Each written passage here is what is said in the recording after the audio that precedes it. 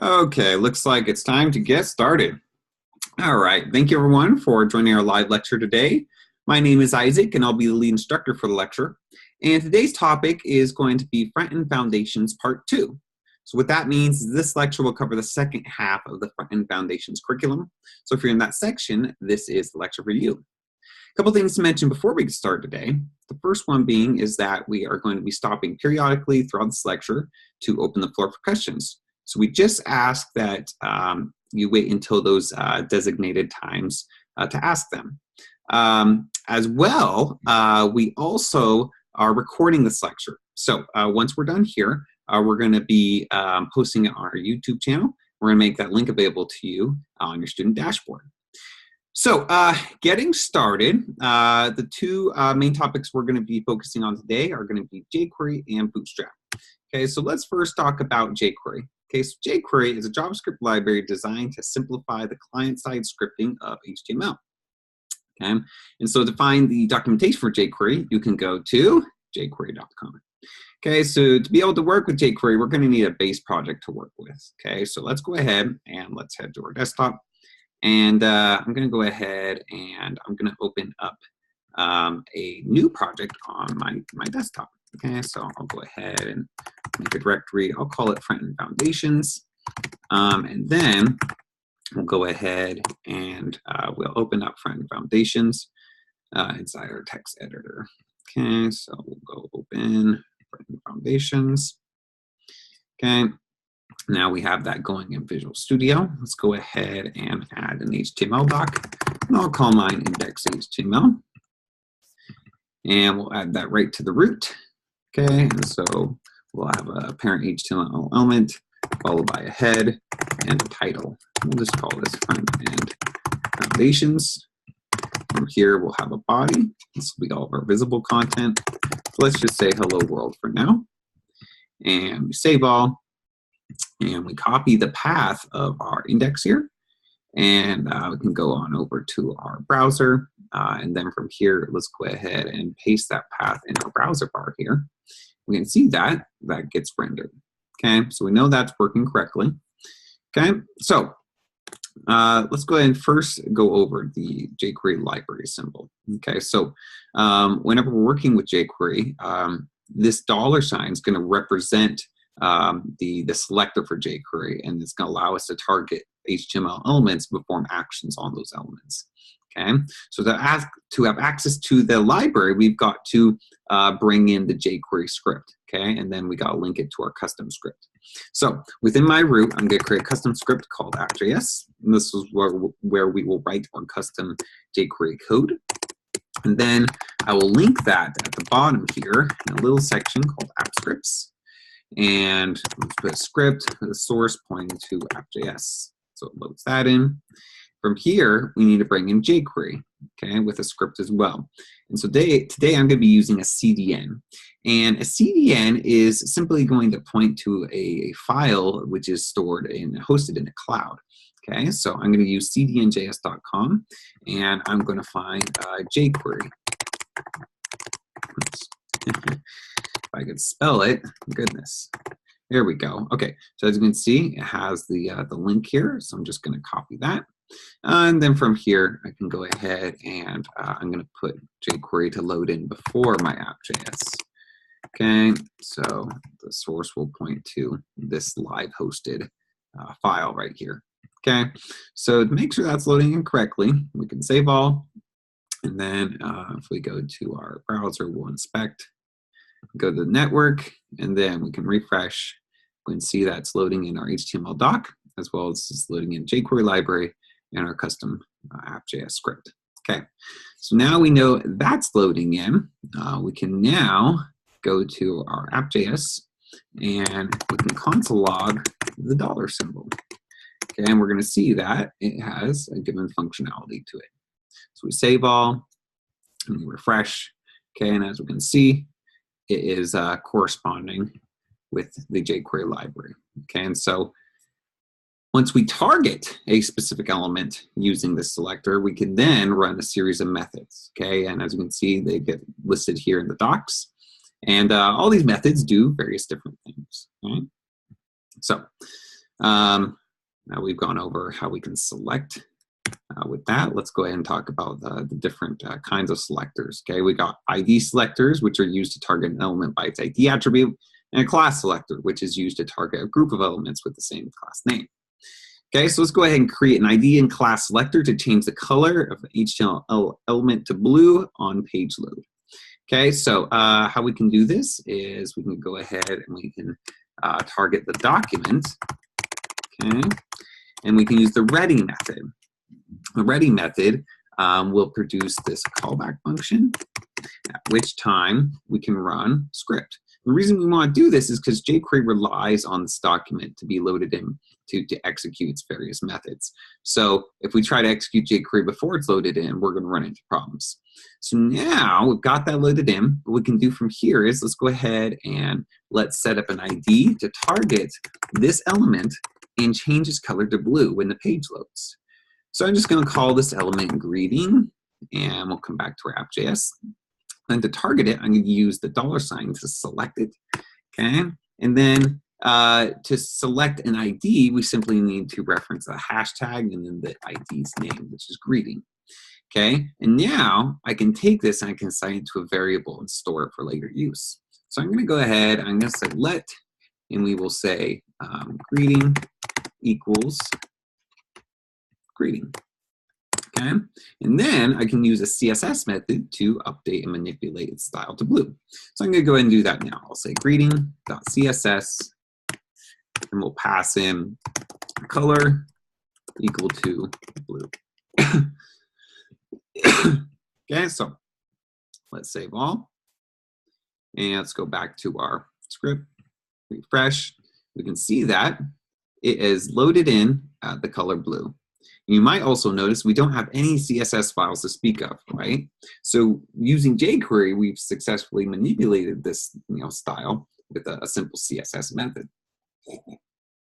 And this is where jQuery really shines, is working with HTML elements. Normally in vanilla JavaScript, it can be kind of a pain having to, say document get element by ID every time you want to reference an element or other things, right? jQuery creates a lot of shortcuts for us in this way, so we can, write less code and accomplish, those same results. So now we've successfully, changed the style of one element. Let's go ahead and target a group of elements. Okay, so let's say I have a couple here. We'll say this is element 1, and then we'll have an H2, and this will be element 2.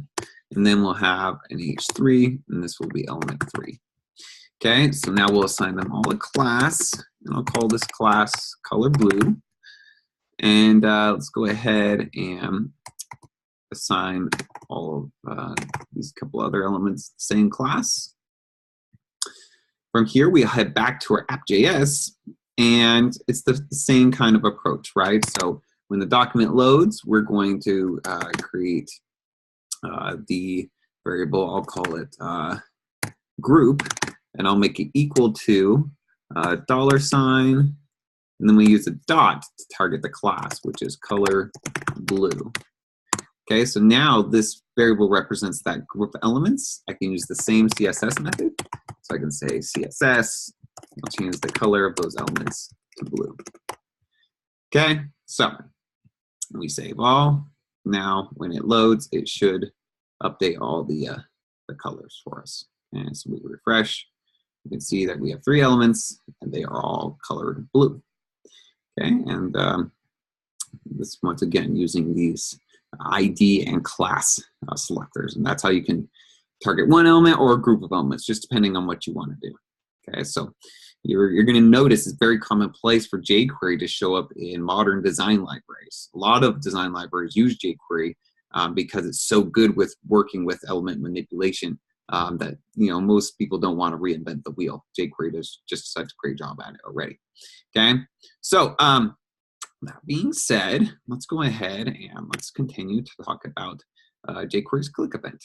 Okay, so although jQuery has many different kinds of events, let's just explore this one, a little more common events like click.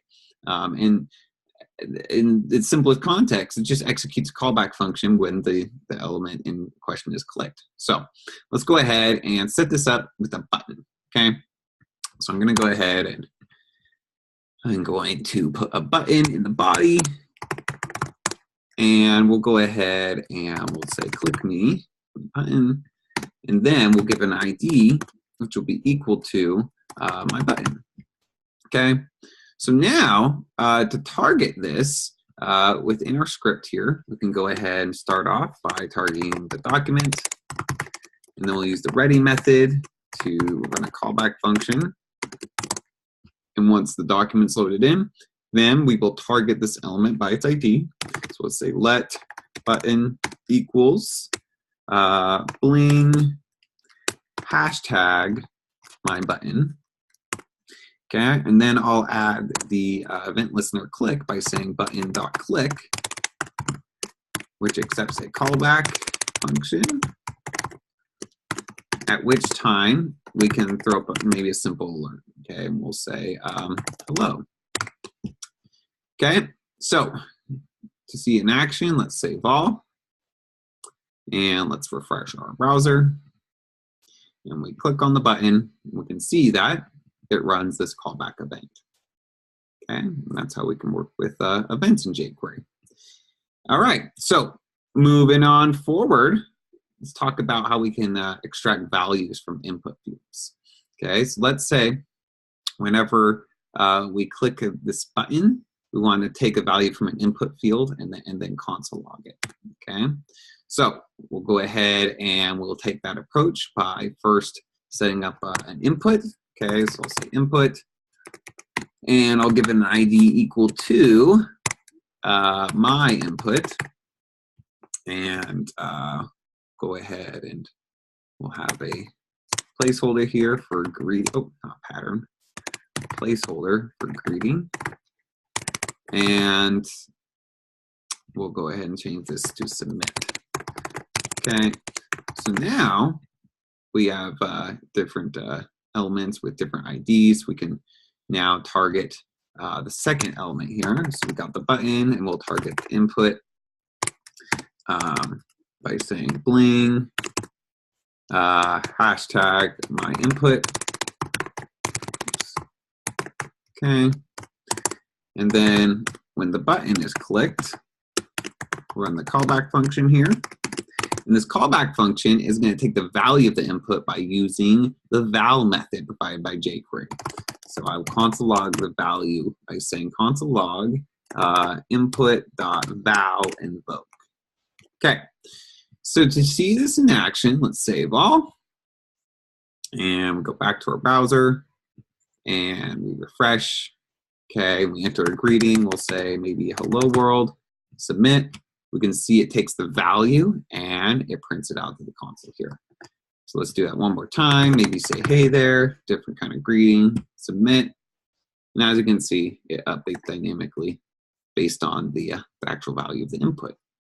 Okay, so that's how we can work with inputs and outputs in jQuery. So let's go ahead and open up the floor, and let's see if anyone has any questions so far. Okay, so everyone is unmuted. If you have questions, feel free to ask those now.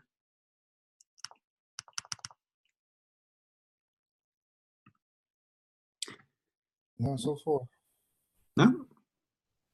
Okay, everyone appears to be good so far. So let's go ahead and let's move forward then. All righty, so next, let's go ahead and move on to the topic of Bootstrap. Okay, so Bootstrap is a front-end library for designing websites and web applications. Okay, so let's go ahead and let's reference the documentation for Bootstrap by going to Bootstrap or getbootstrap.com. Okay, and from here, we can go ahead and click on the Getting Started section to bring in the CDNs for Bootstrap. And unlike jQuery, Bootstrap is going to require a couple different CDNs instead of just one. And the reason is because Bootstrap is a design library, which means it implements HTML, CSS, and JavaScript all together. So for you to have access to all that, you've got to bring in some different scripts. So I'm just going to copy this first script here, which is the CSS script. And I'm going to come to my index HTML. And right below front-end foundations, the title, I'm going to go in and throw in the link for the CSS file, right? Okay, and as you can see, that's just a CDN, just like we had for jQuery here.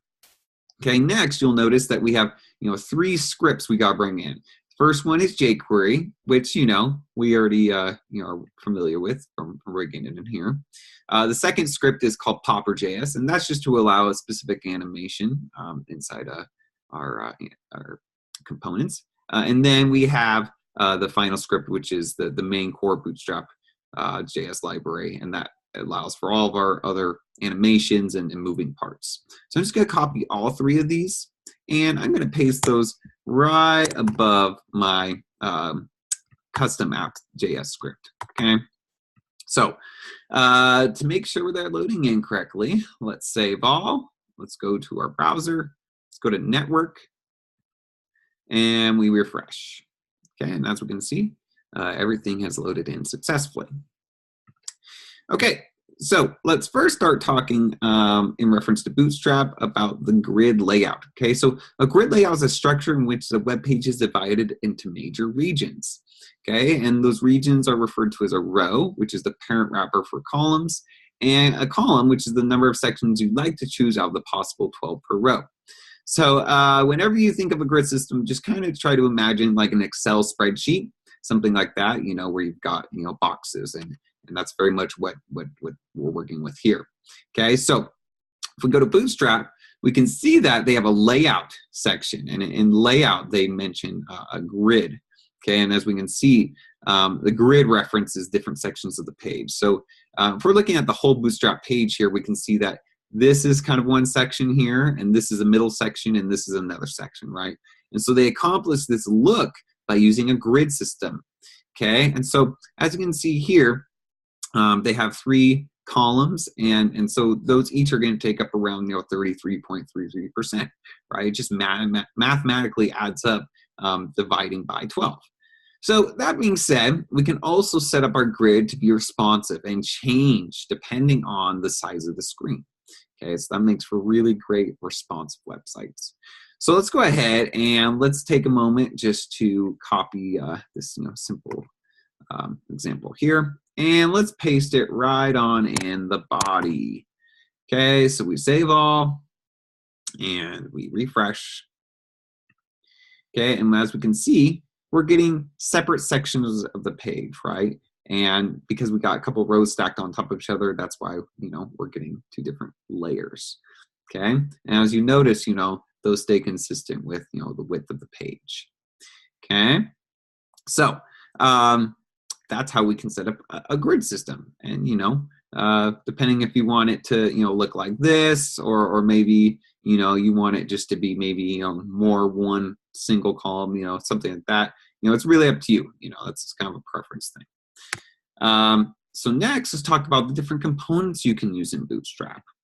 So Bootstrap has a series of components which are just different parts of our web page. So as you can see here, we've got this alert component, which will do just what that says. It will alert the user of some sort of information, whether that's success or error or whatever else.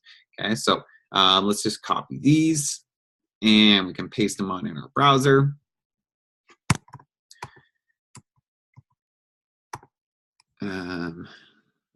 Let's see here. There we go. Okay, so we paste that in our text editor, refresh it in our browser. We can see that it automatically just works out of the box, right? We didn't have to go in a CSS file and add any of these colors. It's just up and running for us, okay? And then we can even bring a jQuery plugin to the mix to make those, appear and disappear. Okay, so as well as alerts, we got badges. And you've probably seen these on social media sites, right? Places where it's let you know you have new messages, something like that. Very common. So let's just go ahead and copy those and see them in action. So paste them right in here. And we save all. And we refresh.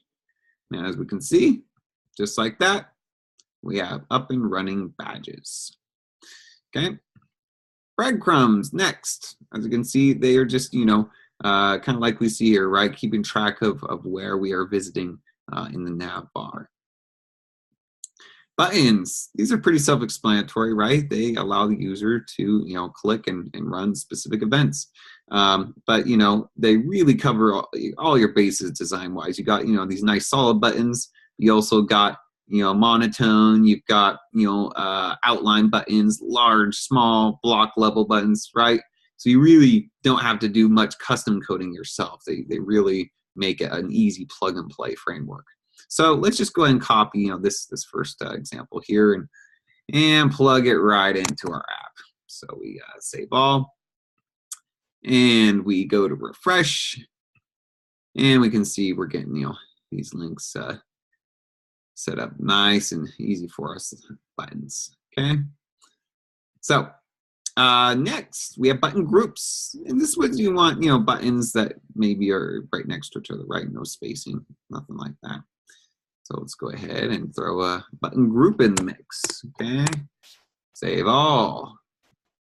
And when we refresh, we can see a nice button group.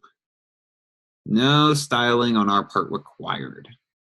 Moving right along, we have cards, okay? And cards are just, displays for content such as, products, features like that. You can combine them with images or, maybe just give it, a little update on something. So let's go ahead and throw one of these cards and see how that renders in our browser. So we save all, and we refresh, and we can see that we have a nice card set up, ready to go. Next, let's go ahead and look at carousels. And carousels are pretty self-explanatory, right? They're just content that slides side to side, right?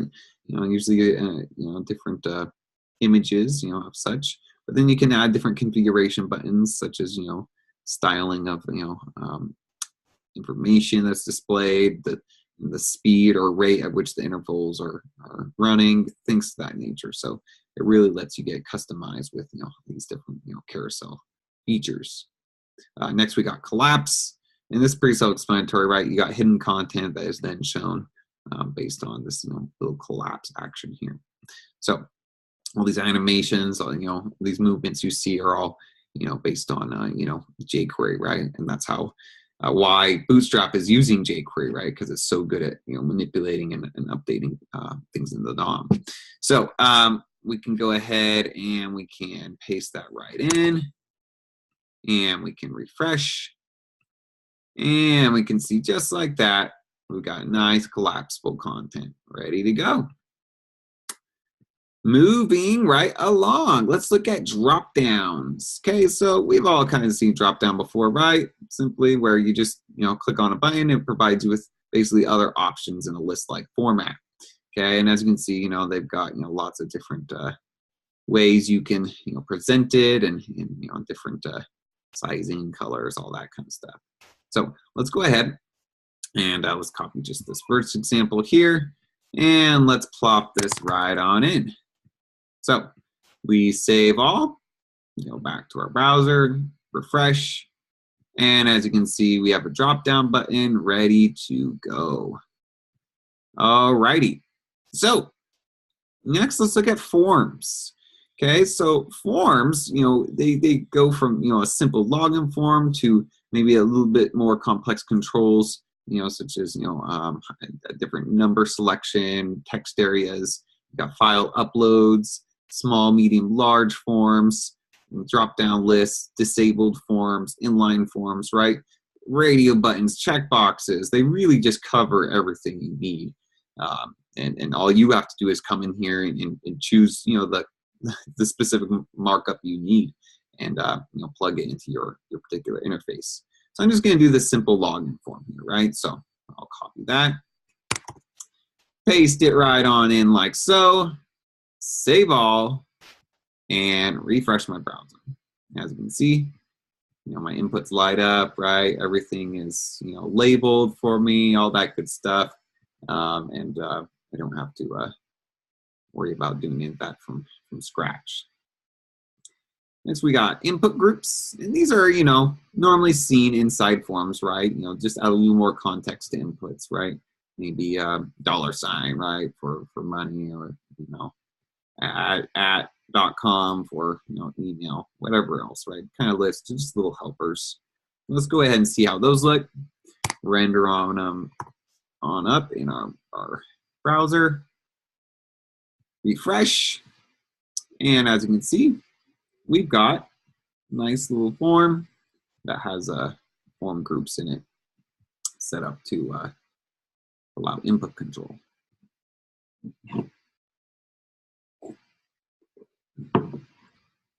Okay, next we're going to talk about Jumbotron. And really, this is just for, diverting attention to a specific message on the page, right? Advertisement, maybe a special, whatever it might be. So we can copy that and we can paste that on in. You can see that Jumbotron in action. So we refresh, you can see it's big, right? It's hard to miss, and it's laid out, in a nice stacked fashion. Next, we have the list group component, right? And this is maybe if you're iterating through a collection of values, looping through, displaying them, you would use, maybe a list group, and you could do simple list groups with, just a simple border. And you could do list groups that, have highlighting, list groups that, you can actually select items, right? They're really just a bunch of different options you have in that regard, okay? So let's go ahead and just take a first list group here, and let's, throw it on up in our browser. So I'll go ahead and save all, and let's refresh. And as we can see, we have a nice list group ready to go for us. Next, let's look at modals. Okay, and modals are, pop-ups that, put a dark mask on the background and, divert attention to, a small piece of UI. Okay, so for example, if we click on this demo here, we can see it launches a modal. All right, all of us are used to, this may be a confirmation box or something to that nature, right? So we can, simply add that to our code and run it with, our jQuery, and it will display accordingly. Next, let's check out nav bars. Okay, nav bars like something we see up here, right?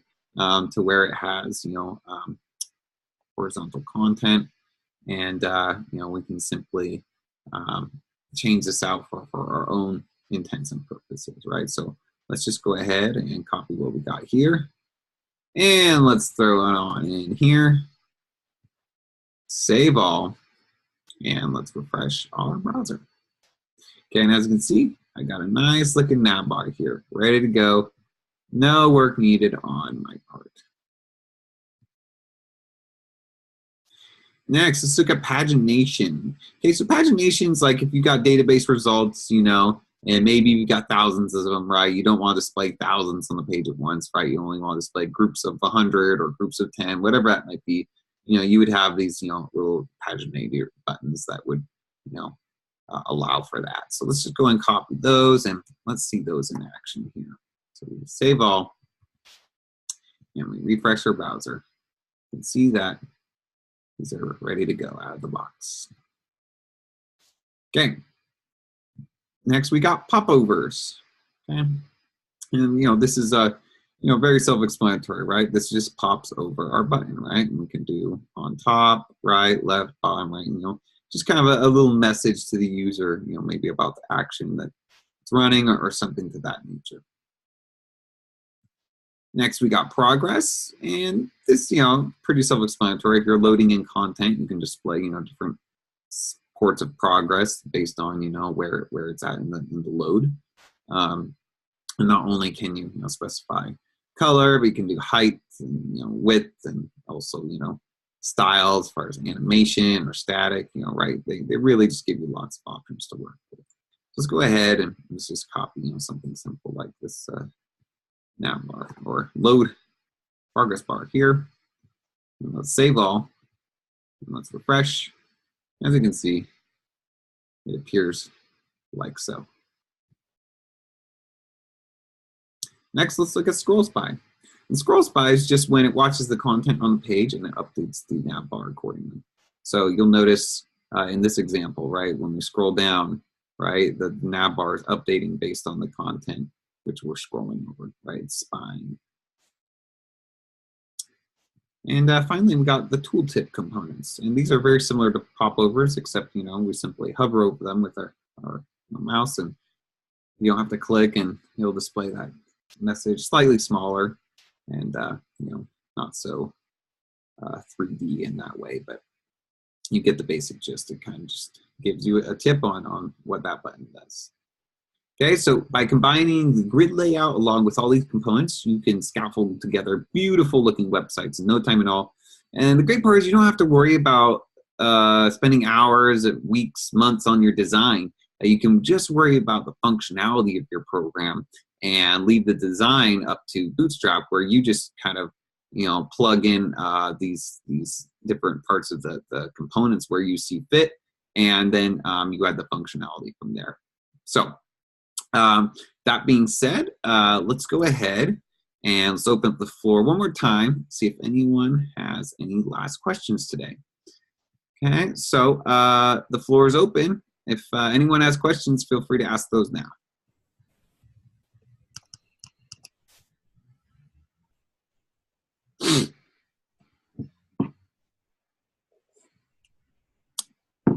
Okay, going once, going twice.